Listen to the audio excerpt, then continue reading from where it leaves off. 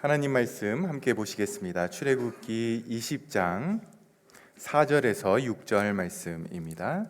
출애굽기 20장 4절에서 6절까지 말씀 제가 봉독해 드리겠습니다. 너를 위하여 새긴 우상을 만들지 말고 또 위로 하늘에 있는 것이나 아래로 땅에 있는 것이나 땅 아래 물속에 있는 것에 어떤 형상도 만들지 말며 그것들에게 절하지 말며 그것들을 섬기지 말라. 나 내 하나님 여호와는 질투하는 하나님인즉 나를 미워하는 자의 죄를 갚되 아버지로부터 아들에게로 3, 4대까지 이르게 하거니와 나를 사랑하고 내 계명을 지키는 자에게는 1000대까지 은혜를 베푸느니라. 아멘. 제가 부부 관계나 또는 결혼에 대한 책을 소개할 때에 가장 많이 추천하는 책이 팀 켈러 목사님의 결혼을 말하다 The Meaning of Marriage라고 하는 그런 책입니다. 이 책에서 팀 켈러 목사님은 우리가 결혼 전에 데이트할 때 만나는 사람과 그 사람과 결혼한 이후에 마주하게 되는 배우자는 다른 사람이라고 이야기를 합니다. 이게 무슨 말이냐 하면 데이트할 때는 우리가 콩깍지가 씌어가지고 상대방이 뭘 하든 다 좋아 보이는 거죠. 옆에서는 아우 너 데이트하는 사람 왜 그래? 결혼하는 거 좀 생각해봐라고 해도 내 눈에는 다 좋아 보입니다. 나랑 너무 잘 맞는 것 같고 대화도 잘 통하는 것 같고 그렇게 보이는데 근데 결혼하고 나면 어떻게 되죠? 똑같은 그 사람이랑 결혼을 했는데 배우자가 이제 로또가 되는 거죠. 안 맞아요. 절대 안 맞는 그런 사람이 되는 겁니다. 데이트할 때에 내가 만나던 그 사람에 대한 평가는 상대방을 그 자체로 보는 것이 아니라 내가 원하는 것을 투영해서 그 사람을 바라보게 됩니다. 그렇게 하는 이유가 뭐냐면 통제가 가능하기 때문에 그런 거죠. 내가 통제할 수 있을 정도의 사람으로 그 사람을 바라보면서 그 사람을 대해야만 내가 힘들지 않게 됩니다. 그런데 결혼하고 나니까 사실 그 사람은 그대로인데 이 사람이 내가 데이트할 때 알던 사람 맞나 싶을 정도로 이제 낯선 사람이 되는 거죠. 배우자의 진짜 모습과 마주하게 되는 겁니다. 그래서 저자는 결혼이라고 하는 것은 낯선 사람과 잘 살아가는 법을 배우는 것 이렇게 이제 이야기를 합니다. 결혼 후에 당신 변했어라고 말하지만 실제로는 그 전에 결혼하기 전에 보던 그 사람은 내가 보고 싶은 대로 내가 원하는 대로 그 사람을 바라봤는데 그 상대방이 이제 결혼 후에 그 사람의 진짜 모습을 보게 되는 거죠. 보고 싶은 대로 누군가를 바라보고 또 원하는 대로 그 사람은 이런 사람이야 라고 우리는 평가하는데 그것은 다 이제 내가 그 사람을 통제할 수 있는 그러한 이유 안에서 그렇게 합니다. 오늘 우리가 10계명의 제2계명을 보려고 하는데요. 이 2계명을 두 주에 나눠서 좀 살펴보려고 합니다. 여러분 이 2계명은 1계명과 좀 비슷해 보이지만 사실 같은 계명은 아닙니다. 1계명은 누구를 예배해야 되는가라고 할 때 하나님 한 분을 예배하고 섬겨야 된다. 이제 대상에 대한 그런 계명이라고 한다면 2계명은 한 분 하나님을 바르게 예배하고 바르게 섬기는 그 방법에 대한 것, 예배를 바르게 드리는 것에 대한 계명입니다. 이 계명이 우리에게 말씀하는 것은 두 가지죠. 하나는 어떤 형상을 만들지 말라라고 하는 것, 우상을 형상으로 만들지 말라라는 것과 그리고 두 번째는 5절에 있듯이 그 형상에게 절을 하거나 그 형상을 섬기지 말라라고 하는 것입니다. 구약학자인 김지찬 교수님이 고대 근동에서 우상을 형상으로 만든 이유를 세 가지 정도로 정리를 했습니다. 첫 번째가 그 당시에 어떤 우상의 형상은 단지 어떤 조각상이나 형상이 아니라 신이 그 형상 안에 거한다라고 이렇게 이제 생각을 했습니다. 그래서 그 형상은 신의 능력을 전달하는 어떤 수단처럼 그렇게 여겼던 거죠. 다시 말해서 형상이라고 하는 것은 눈에 보이지 않는 어떤 신을 보이게끔 이렇게 대표적으로 나타내는 상징물이었습니다. 여러분들이 뮤지엄이나 아니면 뭐 인터넷에서 고대의 그 신의 형상들을 좀 보면 다양하죠. 여러 가지 형상들이 있습니다. 뭐 하늘에 있는 것, 땅에 있는 것, 바다에 있는 것, 여러 가지 모양으로 그렇게 형상을 만들었는데요. 그 형상들은 결국 그 신의 능력을 대표하는 것들입니다. 그래서 그 형상에게 절을 하고 그 형상을 숭배할 때에 결국은 그 신의 능력 그리고 그 신의 축복이 나에게 임한다라고 그렇게 생각을 했습니다. 두 번째로 우상을 형상으로 만들었던 이유는 신을 그 형상 안에 묶어두기 위해서 그렇게 했습니다.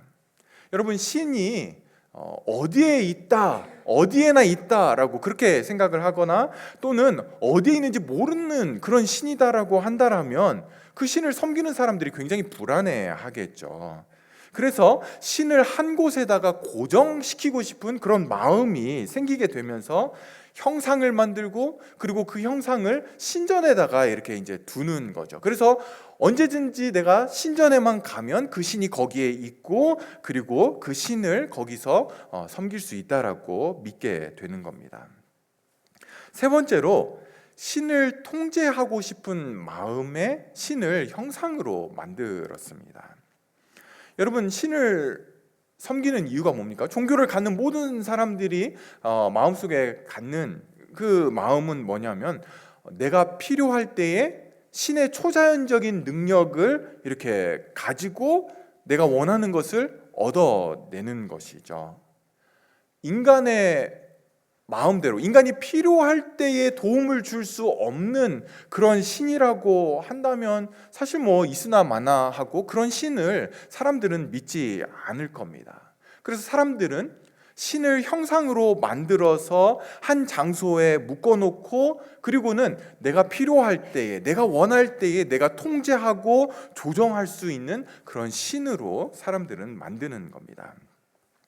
이 세 가지를 이제 종합해 보면 결국은 신이라고 하는 것은 내가 원할 때에 원하는 대로 그 신을 사용하기 위해서 형상으로 만들게 됩니다. 신이 해야 될 일 내가 정해주겠다라는 거죠. 여러분, 이런 마음의 뿌리는 어디에 있습니까? 여러분, 아담과 하와가 이 선악과를 따먹은 이유가 뭡니까? 이 선악과를 먹으면 눈이 밝아져 하나님과 같이 되기 때문에 하나님처럼 되기 위해서 결국은 선악과를 따먹은 것입니다. 여러분, 인간의 죄악된 본성에는 내가 하나님이 되고 싶어 하는 하나님 콤플렉스가 있습니다. 누구나 다 하나님이 되고 싶은 거죠. 그런데 문제는 인간에게는 초자연적인 능력이 없습니다. 그래서 초자연적인 능력이 있는 신을 형상으로 만들어서 그 신을 내가 원하는 대로 조정하고 싶은 겁니다. 신이 원하는 제물을 바치고 제사를 드려주고 대신 신은 내가 원하는 것을 해주는 거죠. 뭐 나에게 복을 주거나 문제를 해결하거나 그렇게 신의 능력을 얻는 것입니다. 여러분, 뭐 중국 식당이나 베트남 식당에 가보면 종종 들어가는 입구에 신전같이 뭐 우상을 만들어 놓은 곳들이 있습니다. 거기 보면 뭐 밥이나 뭐 귤이 올려져 있기도 하고요, 초가 피워져 있기도 하고 또 향을 이렇게 피워 놓는 경우도 있습니다. 신에게 그날 새로운 음식을 바치거나 또는 초나 향이 꺼지지 않게 그렇게 하면 이 신은 나에게 가게를 번창하게 하고 그리고 돈을 벌게 해준다라고 믿는 거죠. 그렇게 함으로써 사람들은 그 신을 자기의 통제 아래에 놓게 되는 겁니다. 자신이 볼 수 있고 만질 수 있는 그런 신으로 만들어서 자기들이 섬기는 신을 통해서 안정감을 얻게 되는 거죠. 보여야 이 손에 만져져야 되는 겁니다. 그러니까 결국 사람들은 자기가 신을 섬긴다라고 그렇게 말은 하지만 그것은 말도 못하고 보지도 못하고 듣지 못하는 그런 어떤 형상으로 만들어 놓고 자기가 정한 어떤 헌신 또는 그 종교가 요구하는 것들을 해주고 대신 나는 그 신을 통제하는 거죠. 내가 원하는 것을 그 신이 나에게 해줘야 되는 것입니다. 여러분, 구약 성경을 보면 하나님께서 이스라엘 백성들에게 굉장히 화가 나실 때가 많이 있습니다. 그런데 그 이유들을 보면 하나님께 제사를 안 드렸기 때문에 화가 나신 것이 아니라 하나님이 말씀하지 않은 방식으로 제사를 드렸기 때문에 하나님이 화가 나신 것들을 볼 수가 있습니다. 아모스 5장 22, 23절에 하나님께서 선지자를 통해서 이스라엘 백성들에게 이렇게 이야기를 합니다. 너희가 내게 번제나 소제를 드릴지라도 내가 받지 아니할 것이요 너희의 살찐 희생의 화목제도 내가 돌아보지 아니하리라. 내 노랫소리를 내 앞에서 그칠지어다 내 비파소리도 내가 듣지 아니하리라. 여러분, 무슨 이야기입니까? 하나님이 이스라엘 백성들에게 제발 제사 드리지 마, 나 지겨워, 재물 가지고 오지 마, 동물 죽이지 마, 나 안 받을 거야, 성가대 찬양하지 마, 나 듣기 싫어 라고 그렇게 이야기를 한다라는 거예요. 무엇 때문에 그렇습니까? 하나님이 정한 방식으로 하나님께 제사 드리고 예배 드리지 않았기 때문에 니들 마음대로 할 거면 하지 마라고 그렇게 이야기를 하는 겁니다. 여러분, 이게 이계명의 핵심입니다. 이계명을 가장 대표적으로 범한 역사적인 사건은요, 이 오늘 본문 출애굽기 20장에 이 말씀이 주어지는 그 시간에 별로 떨어지지 않은 시간에 일어나게 됩니다. 이스라엘 백성들은 산 밑에서 금송아지를 만들어 가지고는 이게 하나님이다라고 하고 예배를 드리게 되죠. 하나님께 예배하지 않은 것이 아닙니다. 자기 마음대로 하나님을 예배한 것입니다. 이게 이계명을 범한 것입니다. 여러분, 분명히 하나님을 섬겼죠. 그런데 자기 방식대로 섬겼습니다. 근데 이것은요, 오늘날 저와 여러분에게도 마찬가지입니다. 우리는 하나님을 섬기면서 이것이 어떤 것들을 이제 신앙이라고 해서 하게 되는데 하나님이 정하지 않은 방식으로, 하나님이 말씀하지 않은 방법으로 하나님을 예배하고 하나님을 섬긴다면 그것은 이계명을 범하는 것입니다. 우상 숭배가 되는 거죠. 그렇기 때문에 우리가 이 이계명을 정확히 알고 이해하는 것은 굉장히 중요합니다. 그렇다면 어떻게 섬기는 것이 하나님을 바르게 섬기는 것입니까? 여러분, 4절 보십시오. 우리 4절 같이 읽겠습니다. 너를 위하여 새긴 우상을 만들지 말고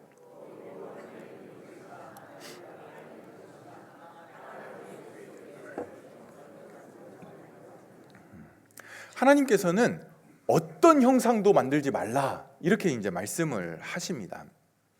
이때의 형상은요, 이 명령 자체만 놓고 보면 우상의 형상으로도 볼 수 있고 하나님의 형상으로도 볼 수 있습니다. 그런데 이 출애굽기 20장의 문맥에서 본다라면 하나님의 형상으로 이해하는 것이 훨씬 더 합리적입니다. 여러분들이 같은 장에 23절에 내려가서 좀 보시면 하나님이 이렇게 말씀하시는데요.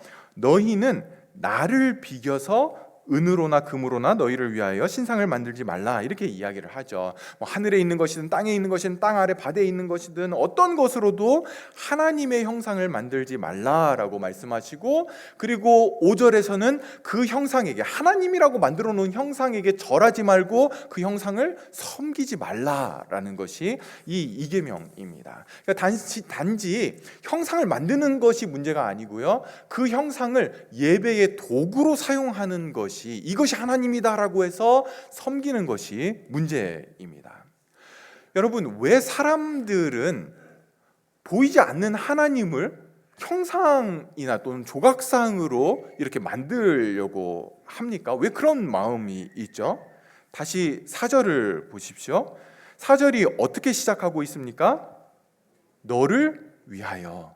사람들이 보이지 않는 하나님을 좀 보이는 것으로 이렇게 좀 만들어 놓고 싶어 하는 마음은 무엇 때문이냐면 결국 자기 자신을 위해서입니다. 원시적인 방법으로 하나님을 가장 그릇되이 예배하는 방법이 뭐냐면 하나님을 그림이나 조각이나 또는 부어 만든 어떤 그런 것으로 만들어서 예배를 하는 것입니다. 여러분, 이방 신들은 다 신상을 가지고 있죠. 어떤 형상을 가지고 있습니다. 그 신상에게 절을 하고 그 신상을 앞에 놓고 예배함으로 그 신을 섬기게 됩니다. 그렇게 하는 이유는 사람들은 자기가 섬기는 신이 눈에 보이지 않으면 불안합니다. 그 신과 접촉할 그런 어떤 접촉점이 없다라는 거죠. 아무런 형상이 없는 신보다는 눈에 좀 보이고 손에 좀 만져지고 어떤 그런 신이 있어야, 그런 신을 섬길 때에 사람들은 안정감을 얻게 됩니다. 내가 뭔가 신에게 해드렸다라고 하는 그런 마음이 들게 되는 거죠.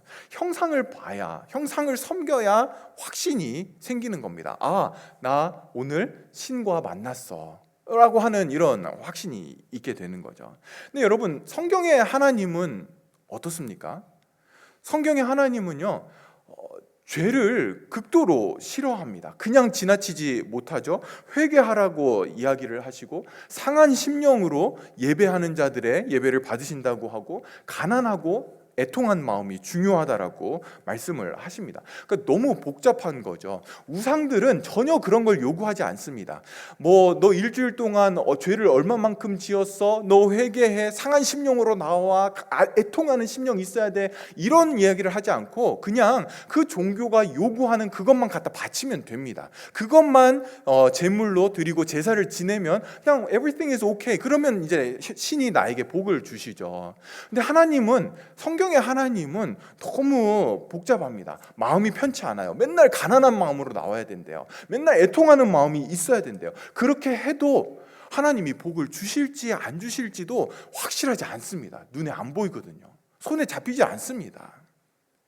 여러분, 우상은요, 보이지 않는 그 신을 내가 원하는 수준으로 이제 끌어내리는 겁니다. 내가 할 수 있는 만큼 헌신해 드리고, 그것이 좀 어렵고 좀 힘든 것일 수도 있죠. 그럴수록 내가 신을 좀 제대로 섬겼다는 마음도 사람들 안에 듭니다. 그렇게 해주고 대신 신은 초자연적인 능력을 가지고 나의 문제를 해결하고 내가 필요한 것들을 복으로 주는 거죠. 결국 우상숭배는 뭡니까? 자기가 원하는 욕심을 이루기 위해서 자기가 만들어 놓는 것이 우상입니다. 여러분, 하나님께서는 그분의 형상을, 그분의 어떠한 것이라도 형상으로 만들지 말라라고 말씀을 하시죠. 왜 그렇습니까? 그렇게 하나님을 형상으로 만들어 놓게 될 때에, 그림으로 그려 놓게 될 때에 그 형상은 하나님이라고 하는 분의 모든 걸 담지 못하기 때문에 그런 것입니다. 너희를 위하여 새긴 우상을 만들지 말라라고 하실 때에 사람들은 하나님으로부터 뭔가를 원하기 때문에 그렇게 이제 형상으로 만들게 되는데요.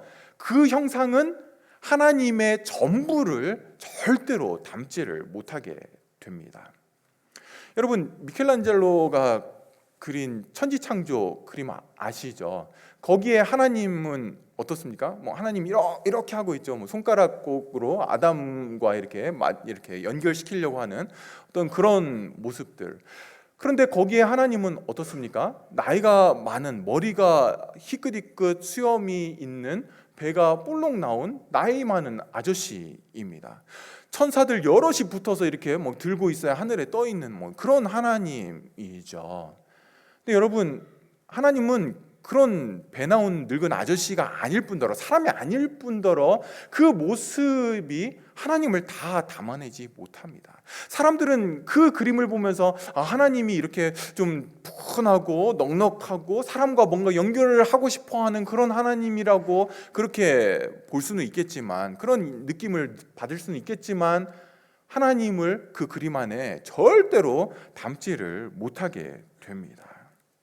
여러분, 하나님을 어떤 형상으로 만드는 순간 그것은 하나님의 하나님 되심을 바닥으로 끌어내리게 되는 것이고요, 하나님의 영광을 피조물의 그런 썩어질 영광으로 바꾸게 됩니다. 여러분, 하나님의 존재와 하나님의 영광은 우리의 상상으로도 다 담을 수 없는 그렇게 크고 위대하신 분이십니다. 여러분, 그렇다라고 해서 이제 이 계명이 예술 작품으로서 그림을 그리지 말라 그런 이야기를 하는 것은 아닙니다. 또는 주일학교 시간에 우리가 예수님을 어떤 그런 시각 자료로 보여주고 그런 거를 하면 절대 안 된다 그런 이야기는 아닙니다. 그걸 가지고 하나님을 예배하고 또 그 하나님에게 그 형상에게 절을 하고 섬기는 것, 이걸 하지 말라라고 하는 이야기입니다. 그렇다면 제2계명은 이제 오늘날 저와 여러분에게는 어떤 의미를 갖습니까? 여러분, 우리 교회 안에는 하나님 그림이든지 어떤 형상이든지 그런 것이 하나도 없습니다. 심지어 우리 교회는 십자가도 달아놓지 않죠. 우리 교단의 모체가 되는 한국에 있는 이 합동 측은 십자가조차도 성전 안에, 교회 안에 이렇게 달아놓지 못하도록, 그것이 우상숭배의 빌미가 될까봐 십자가도 달지 못하도록 그렇게 규정을 하고 있습니다. 여러분, 그것이 없기 때문에 우리는 이 계명을 잘 지키고 있는 것일까요? 이런 가정을 한번 해보세요. 어떤 한 사람이 크리스찬이 아닌 사람이 우리 예배를 한번 어떤가 보고 싶어서 이제 참여를 했습니다. 예배에 와서 이제 이 앞에 앉아가지고 예배드리는 저와 여러분의 이제 모습을 봅니다. 그러면서 이 사람들이 하나님을 예배한다라고 하니까 예배하는 모습을 이 사람이 잘 지켜본다라면 아주 날카롭고 분석적인 그런 눈으로 우리의 예배를 볼 때에 이 사람은 우리의 예배하는 자세, 모습, 어떤 이런 것들을 통해 이 사람들이 섬기는 하나님이 누군지를 보게 될 겁니다. 그러겠죠? 예배 시간에 막 돌아다니고 그런다라면 하나님이 그래도 별것 아닌 아무 때나 그냥 돌아다녀도 되는 그런 정도인가? 아니면 또 우리 어떤 모습들을 통해서 어쨌거나 우리가 예배하는 하나님을 보게 될 텐데요. 그때에 이 사람이 보는, 우리를 통해 보게 되는 그 하나님은 우리의 예배가 바른지 그른지를 나타내는 어떤 한 중요한 그런 표지가 될 것입니다. 여러분, 일단 예배에 참여하는 존재는 둘이죠. 예배를 받으시는 하나님과 예배를 드리는 우리 성도들입니다. 그렇다면 예배는 둘 중에 하나입니다. 하나님이 주인공이 되는 예배와 그 다음에 사람이 주인공이 되는 예배, 이 둘로 예배는 나뉘게 될 것입니다. 사람이 주인공이 되는 예배, 사람 중심인 예배는 사람들이 좋아하는 그런 예배겠죠. 하나님을 예배한다라고 하는데 그 예배에 참석한 사람들이 감동을 받고 좋아하고 재미있어하고 이렇게 좀 감동, 이렇게 웅크란 어떤 그런 감정을 느끼는 그런 예배일 겁니다. 물론 우리가 예배 시간에 감동을 받고 또 기뻐하고 또 즐거워하는 것이 잘못되었다라는 것이 아닙니다. 문제는 예배라고 하는 것을 거기에 집중하게 될 때에, 예배의 우선순위와 의미가 거기에 둘 때에 그것은 나를 위해서 하나님을 이용하는 것입니다. 우리가 예배 시간에 성가대 찬양 후에 좀 박수를 댈 수 있으면 안 치죠. 또 어떤 특별한 재능 있는 분들이 우리 교회 예배에 참석을 하셔도 그분들에게 어떤 특별 순서나 특송할 수 있는 그런 자리를 따로 마련하지 않습니다. 주중에 저한테 막 이메일로 또 전화로 막 오거든요. 이번 주에 제가 참석을 하는데 저는 이런 사람입니다. 예배 시간에 특주, 특송 할 수 있을까요? 그러면 다 잘라냅니다. 저희는 예배 시간에 그런 거 하지 않습니다라고 이제 말씀을 드리는데요. 여러분, 이렇게 하는 이유는요, 우리의 예배의 모든 영광은 오직 하나님에게만 드려지도록, 절대로 하나님에게 가야 할 영광이 사람에게 드려지지 않도록 하기 위한 우리의 몸부림입니다. 몸부림을 쳐서라도 어떻게 하든지 절대로 사람이 주목받지 않도록, 절대로 사람이 조금이라도 하나님의 영광을 1%라도 가져가지 않도록 하기 위해서 그렇게 몸부림을 치는 거죠. 여러분, 우리의 예배가 하나님만 영화롭게 하는 것인지, 아니면 하나님을 영화롭게 하는 예배이긴 하지만 그래도 우리도 좀 기쁘고 우리도 좀 감동받고 우리도 좀 영광도 좀 칭찬도 좀 받는 그런 예배인지는 굉장히 중요한 것입니다. 사람 중심의 예배가 될 때에 교회와 목회자는 어떻게 하면 사람들이 좋아하는 예배가 될까? 사람들이 좋아해서 좀 우리 교회 예배에 많은 사람들이 모이게 할까? 이런 것들을 이제 고민하게 되겠죠. 의자가 이 교회 지어질 때에 놓아진 의자여서 너무 이게 쿠션이 이게 힘들지는 않을까? 이거 의자를 바꿔야 될까? 아니면 예배 시간에 좀 찬양이 더 많아야 될까? 설교는 좀 재미있게도 좀 하고 좀 목사님이 좀 짧게 딱 끝내고 이렇게 하면 얼마나 좋을까? 왜 우리 교회 예배는 1시간 반이어야 할까? 어떤 이런 것들을 이제 고민을 하게 되겠죠. User friendly worship을 고민하게 될 것입니다. 사람 중심의 예배는요, 참여하는 그 사람들이 어떻게 하면 하나님을 느끼게 해줄 수 있을까에 집중을 하게 됩니다. 그런데 바른 예배를 위한 고민은요, 하나님이 우리 예배를 받으시는가 받지 않으시는가를 고민해야 되는 거죠. 여러분, 유저 프렌들리한 예배는요, 하나님이 받지 않는 잘못된 예배일 뿐만 아니라 그렇게 그릇된 예배를 드리는 것은요, 하나님을 모욕하는 것입니다. 그런 예배를 드리면 드릴수록 하나님을 모독하는 것이죠. 여러분, 왜 하나님께서 아모스 선지자를 통해서 너희 제사 그만 드려, 제물 그만 바쳐, 성가대 끝내, 그만해, 왜 자꾸 이렇게 이야기하십니까? 하면 할수록 하나님이 욕을 먹기 때문에 그런 거죠. 하나님에게 욕이 되기 때문에, 모욕이 되기 때문에 그거 끝이라고 하시는 겁니다. 여러분, 그렇기 때문에 계속해서 여러 번 이스라엘 백성들에게 제사 그만 드려, 제사 안 받아, 이렇게 말씀을 하시는 거죠. 하나님을 모독하는 것입니다.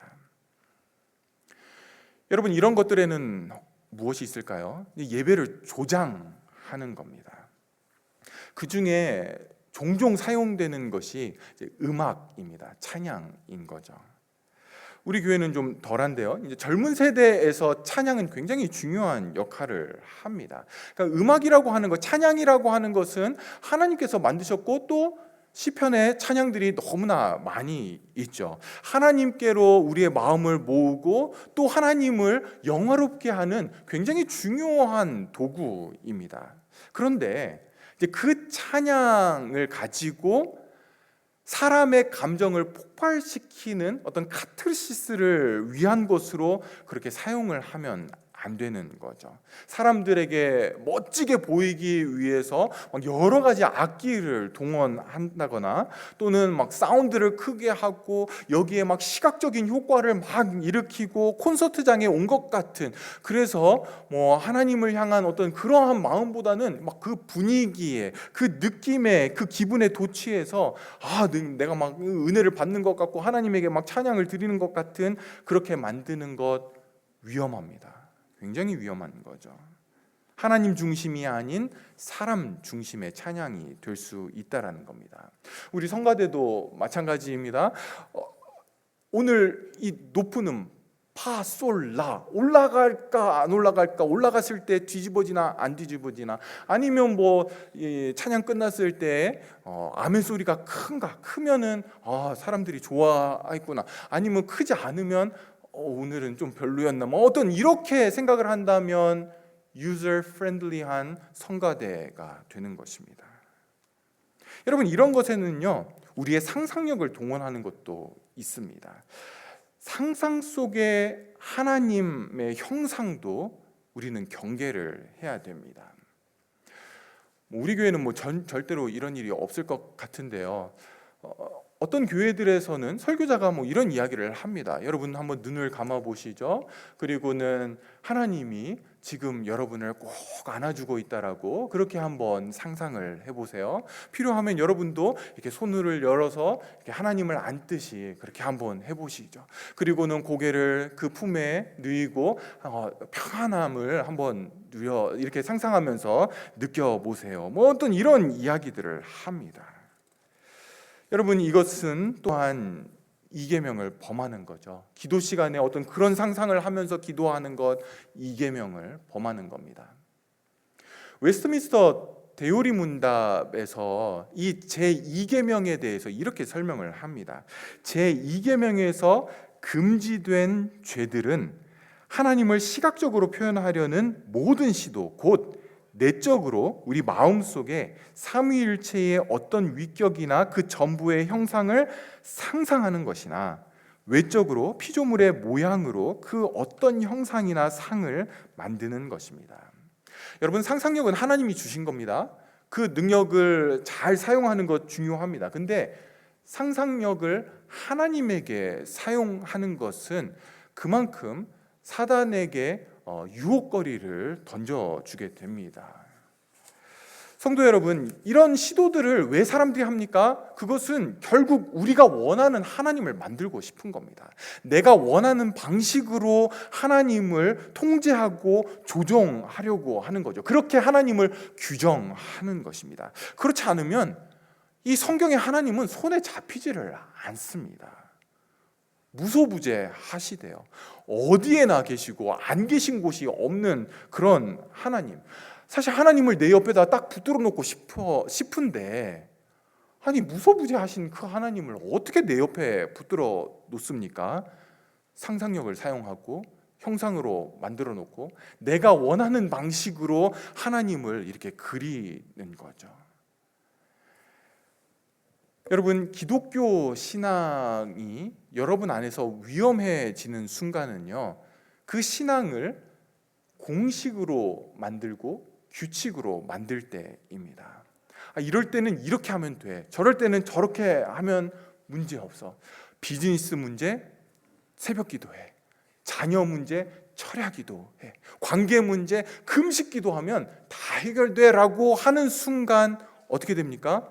우리는 하나님을 공식 안에 집어넣게 되죠. 우리가 그 공식을 사용하기만 하면 하나님은 그 공식에 맞춰서 일을 하셔야만 하는 그런 분으로 만들어 놓게 됩니다. 모욕하는 거죠. 하나님을 정말 모욕하는 겁니다. 우려되는 것이 이제 많은 간증들이 혹 간증하는 당사자가 그걸 생각하지 않았다 할지라도 그 간증을 통해서 듣는 사람들에게 그런 뉘앙스를 줄 수 있다라는 겁니다. 이런 문제가 있었는데 이렇게 기도했더니, 이만큼 헌금했더니, 이렇게 헌신했더니 내 문제가 해결되었다, 이런 복을 받았다라고 하는 그런 간증들이 위험합니다.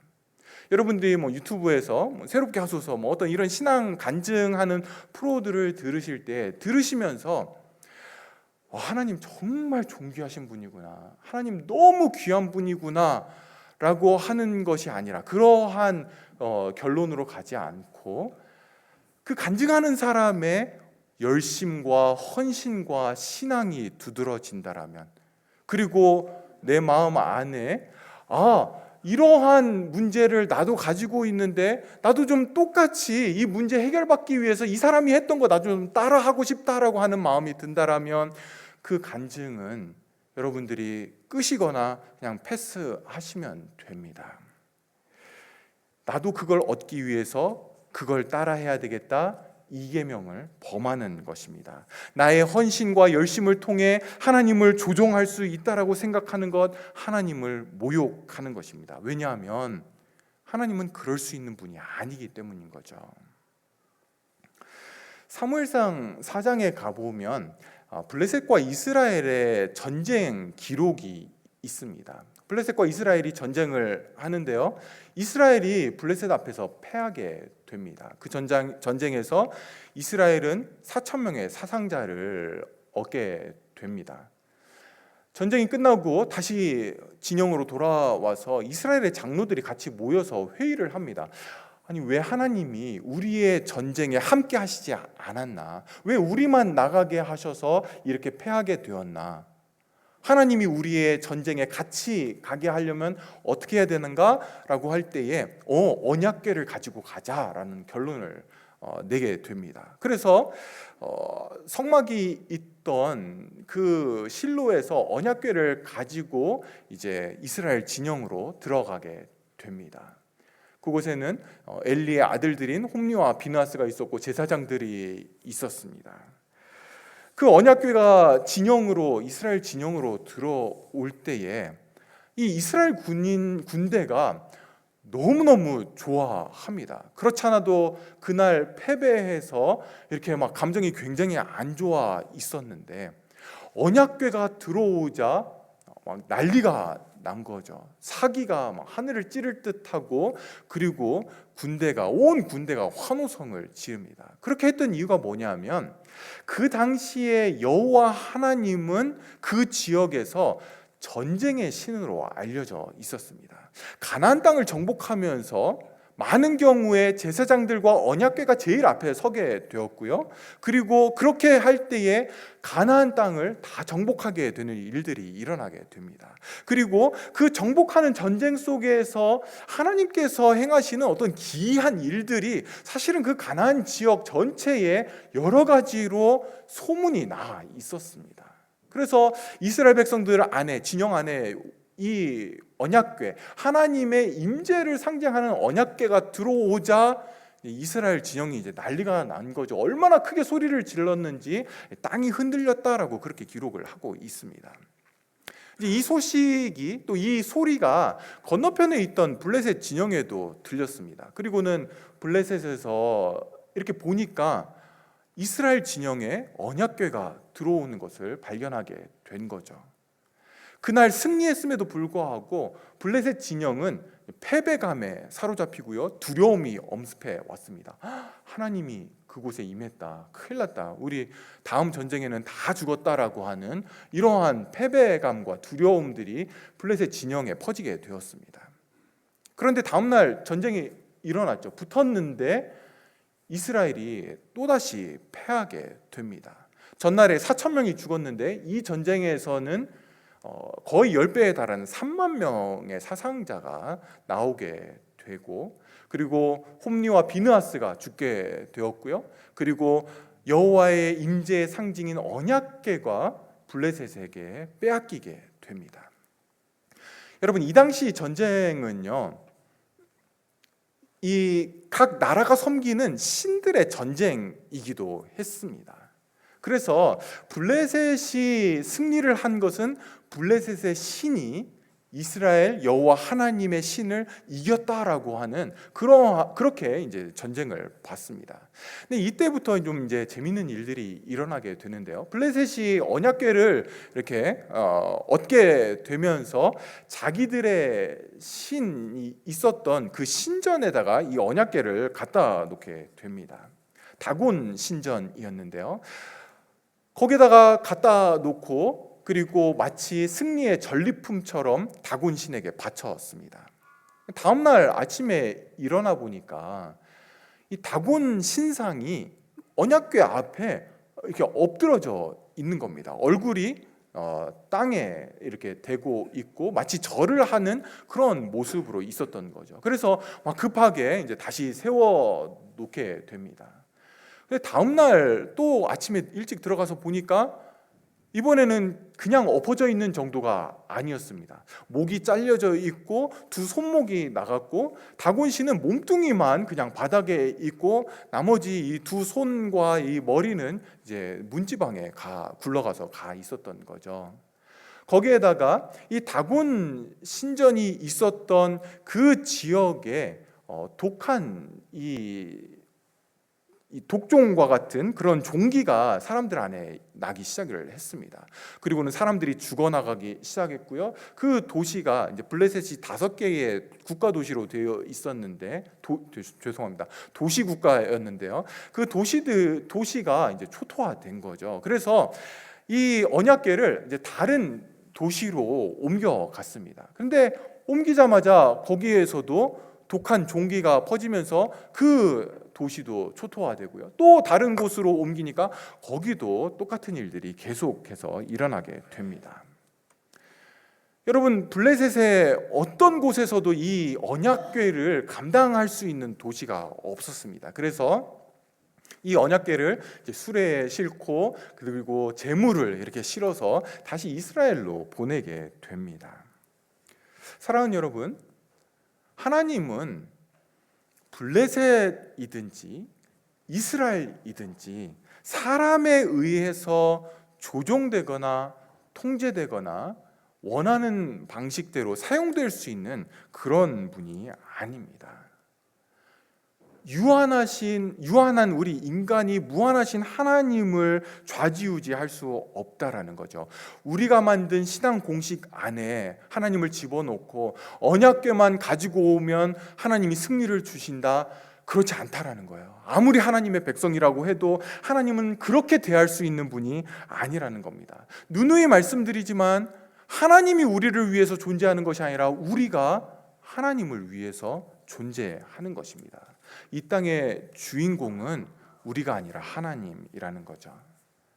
이제 말씀을 정리하겠습니다. 그러면 어떻게 예배해야 되는가 하는 부분은 다음 시간에 더 살펴보려고 합니다. 여러분, 모세가 하나님으로부터 어떠한 형상도 만들지 말고 그것에게 절하거나 섬기지 말라라고 하는 이런 계명, 이 계명을 받고 있을 때에 이제 시내산 밑에서는 모세가 더디 내려오니까 사람들이 금부치를 모아가지고는 금송아지를 만들고는 하나님이라고 하면서 예배하고 제사를 드립니다. 이 계명을 범한 거죠. 하나님께서 너무너무 진노하십니다. 그리고는 우상 숭배에 참여했던 사람들을 다 치신 이후에 다시 모세에게 십계명을 주십니다. 여러분, 그때의 성경 기록을 한번 보십시오. 출애굽기 34장입니다.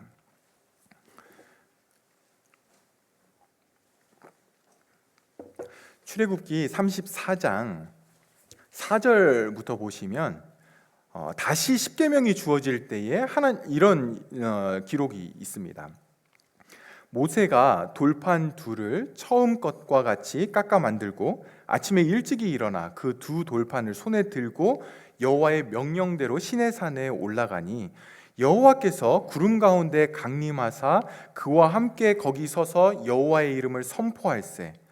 여호와께서 그의 앞으로 지나가시며 선포하시되 여호와라 여호와라 자비롭고 은혜롭고 노하기를 더디하고 인자와 진실이 많은 하나님이라. 인자를 천대까지 베풀며 악과 과실과 죄를 용서하리라. 그러나 벌을 면제하지는 아니하고 아버지의 악행을 자손 3, 4대까지 보응하리라. 모세가 급히 땅에 엎드려 경배하며 이르되 주여 내가 주께 은총을 입었거든 원하건대 주는 우리와 동행하옵소서. 이는 목이 뻣뻣한 백성이니이다. 우리의 악과 죄를 사하시고 우리를 주의 기업으로 삼으소서. 여호와 하나님이 다시 십계명을 주실 때에, 돌판에 써서 주실 때에 자기를 뭐라고 말씀하시냐면 자비롭고 은혜롭고 노하기를 더디하시며 인자와 진실이 많은 하나님이다라고 그렇게 말씀을 하십니다. 그런데 모세가 그 말을 듣고는 어떻게 합니까?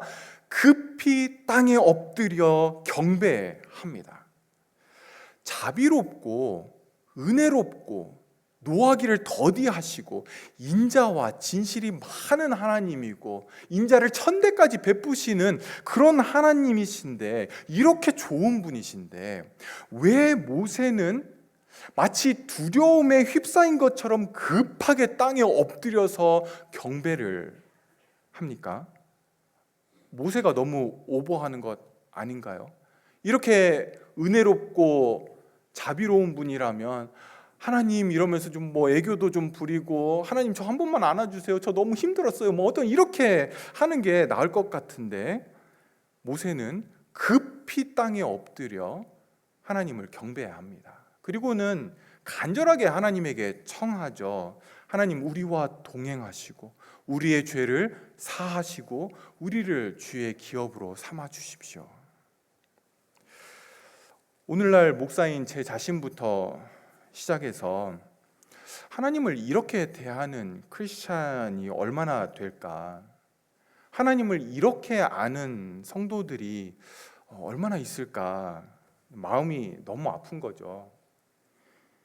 하나님을 쉽게 생각하고 하나님을 조정하고 싶어하고 통제하고 하나님을 이용하고 싶어하는 사람들은 많은데 진짜 하나님을 알아서 그분 앞에 급히 엎드려서 경배해야 되는, 경배할 수밖에 없는 그런 성도들을 보기가 너무 어려운 그런 기독교가 되어버렸습니다.